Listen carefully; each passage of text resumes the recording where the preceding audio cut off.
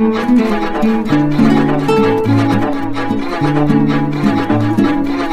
बात पश्चिम बंगाल की उस सियासत की जहां सत्ता में बैठी तृणमूल कांग्रेस की सरकार को सुप्रीम कोर्ट ने ऐसा झटका दिया है जिसकी गूंज सिर्फ कोलकाता तक सीमित नहीं रहने वाली।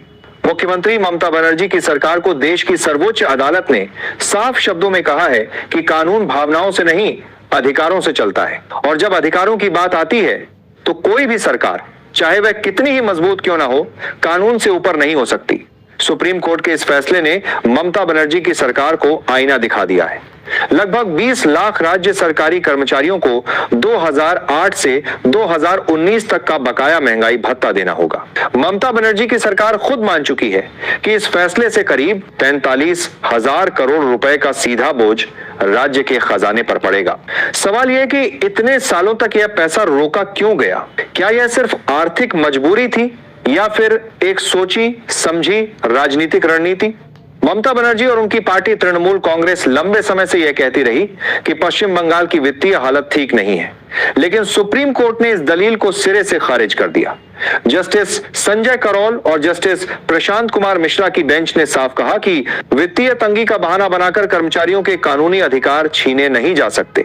अदालत ने यह भी कहा कि महंगाई भत्ता कोई दया नहीं बल्कि कर्मचारी का संवैधानिक अधिकार है। यह पूरा विवाद तब शुरू हुआ जब पश्चिम बंगाल सरकार ने आरओपीए यानी रिवीजन ऑफ पे एंड अलाउंस नियमों के तहत महंगाई भत्ते को all India consumer price index से जोड़ा था।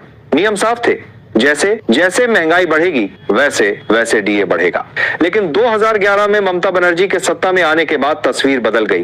केंद्र सरकार जहां अपने कर्मचारियों को नियमित रूप से डीए बढ़ाती रही, वहीं ममता बनर्जी की सरकार ने इसे रोक दिया। आज स्थिति यह है कि केंद्र सरकार के कर्मचारियों को करीब 55% महंगाई भत्ता मिल रहा है, जबकि पश्चिम बंगाल के कर्मचारियों को हाल की बढ़ोतरी के बाद भी सिर्फ करीब 22% के आसपास डीए मिल पाया। सवाल उठता है कि क्या बंगाल में महंगाई कम थी? क्या वहां पेट्रोल सस्ता था, गैस सस्ती थी, बच्चों की पढ़ाई मुफ्त थी?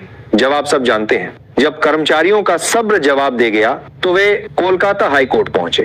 साल 2022 में हाईकोर्ट ने कर्मचारियों के पक्ष में फैसला सुनाया, लेकिन ममता बनर्जी की सरकार ने उस फैसले को भी स्वीकार नहीं किया। तृणमूल कांग्रेस की सरकार सुप्रीम कोर्ट पहुंची सिर्फ इसलिए ताकि 43,000 करोड़ रुपए का भुगतान टाला जा सके। यही वह बिंदु है जहां सरकार की नीयत पर सवाल उठते हैं। सुप्रीम कोर्ट में ममता सरकार ने कहा कि राज्य पहले से कर्ज में डूबा है, अगर डीए का भुगतान किया गया तो आर्थिक संतुलन बिगड़ जाएगा। लेकिन अदालत ने पलटकर पूछा कि अगर कानून का पालन करना सरकार के लिए बोझ बन जाए तो फिर कानून का मतलब ही क्या रह जाता है? अदालत ने दो टूक कहा कि कल्याणकारी राज्य की जिम्मेदारी है कि वह अपने कर्मचारियों को महंगाई से बचाए, न कि उन्हें उसके हवाले छोड़ दे। इस फैसले के बाद सुप्रीम कोर्ट ने पूर्व जज इंदु मल्होत्रा की अध्यक्षता में एक हाई लेवल कमेटी बनाने का आदेश दिया है। इस कमेटी में 2 पूर्व हाई कोर्ट के चीफ जस्टिस और भारत के नियंत्रक एवं महालेखा परीक्षक यानी सीएजी के वरिष्ठ अधिकारी शामिल होंगे। ये कमेटी तय करेगी कि ममता बनर्जी की सरकार किस तरह और किस समय सीमा में कर्मचारियों को उनका बकाया भुगतान करेगी। यानी अब सिर्फ आदेश नहीं, उसकी निगरानी भी होगी।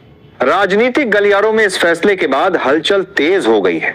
भारतीय जनता पार्टी ने खुलकर कहा है कि सुप्रीम कोर्ट ने तृणमूल कांग्रेस की कर्मचारी विरोधी नीतियों पर मुहर लगा दी है। बीजेपी का आरोप है कि ममता बनर्जी ने सिर्फ राजनीतिक जिद के चलते केंद्र सरकार की तर्ज पर डीए देने से इनकार किया, क्योंकि केंद्र में बीजेपी की सरकार है। सवाल यह भी है कि जब केंद्र सरकार से टकराव की राजनीति चल रही थी, तब उसका खामियाजा क्यों कर्मचारियों ने भुगता? क्या शिक्षक, क्लर्क, नर्स और अन्य कर्मचारी किसी पार्टी के समर्थक होते हैं या वे सिर्फ अपना काम ईमानदारी से करने वाले नागरिक होते हैं? अब ममता बनर्जी की सरकार के सामने सबसे बड़ा संकट यह है कि पैसा आएगा कहां से? पहले ही राज्य पर भारी कर्ज है। डीए के पहले चरण के भुगतान के लिए सरकार को हजारों करोड़ का कर्ज लेना पड़ा था। अब पूरे 43,000 करोड़ का इंतजाम करना आसान नहीं है। टैक्स बढ़ाया गया तो जनता नाराज होगी, विकास कार्य रोके गए तो सवाल उठेंगे, और अगर भुगतान में देरी हुई तो अवमानना की कार्रवाई का खतरा अलग से है। यह फैसला ऐसे समय आया है जब पश्चिम बंगाल में 2026 के विधानसभा चुनाव नजदीक है। चुनाव के समय पैसों की जरूरत किसी से छुपी नहीं है। ऐसे में यह आर्थिक दबाव ममता बनर्जी और तृणमूल कांग्रेस के लिए बड़ी चुनौती बन सकता है।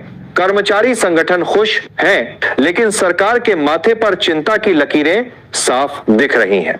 यह मामला सिर्फ पैसे का नहीं है, यह सत्ता और संवैधानिक जिम्मेदारी के टकराव का मामला है। सुप्रीम कोर्ट ने साफ कर दिया है कि कोई भी सरकार अपने कर्मचारियों के अधिकारों को अनदेखा करके राजनीति नहीं कर सकती।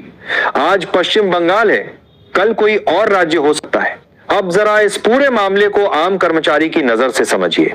पश्चिम बंगाल में लाखों ऐसे सरकारी कर्मचारी हैं जिन्होंने अपनी पूरी जवानी तृणमूल कांग्रेस की सरकार के तहत काम करते हुए गुजार दी, जो इस फैसले के आने से पहले ही रिटायर हो चुके हैं। किसी ने बच्चों की पढ़ाई के लिए कर्ज लिया, किसी ने बीमारी के इलाज के लिए अपनी जमा पूंजी खर्च कर दी, और हर बार सरकार की तरफ से एक ही जवाब मिला, अभी संभव नहीं है, राज्य की माली हालत ठीक नहीं है। लेकिन सवाल यह है कि जब ममता बनर्जी की सरकार चुनावी योजनाओं पर हजारों करोड़ खर्च कर सकती है, जब विज्ञापनों और राजनीतिक कार्यक्रमों के लिए पैसा निकल सकता है, तब कर्मचारियों के हक का पैसा अचानक बोझ कैसे बन गया? सुप्रीम कोर्ट ने इसी दोहरे मापदंड पर उंगली रखी है। अदालत ने यह साफ कर दिया कि सरकार अपनी प्राथमिकताएं तय कर सकती है, लेकिन कर्मचारियों के अधिकारों की कीमत पर नहीं।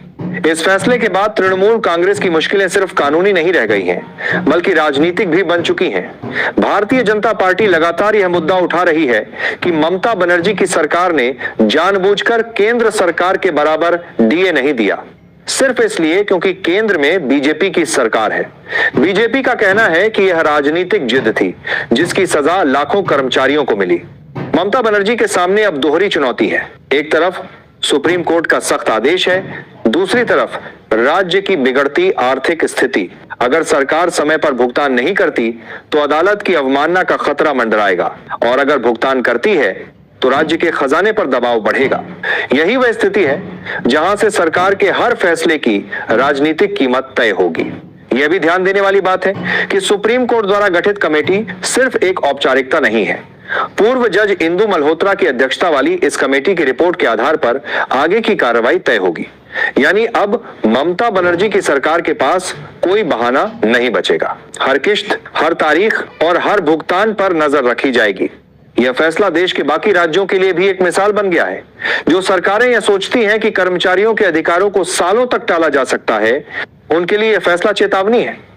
सुप्रीम कोर्ट ने एक बार फिर यह साबित किया है कि लोकतंत्र में सरकारें बदल सकती हैं, लेकिन संविधान और कानून की ताकत स्थायी होती है।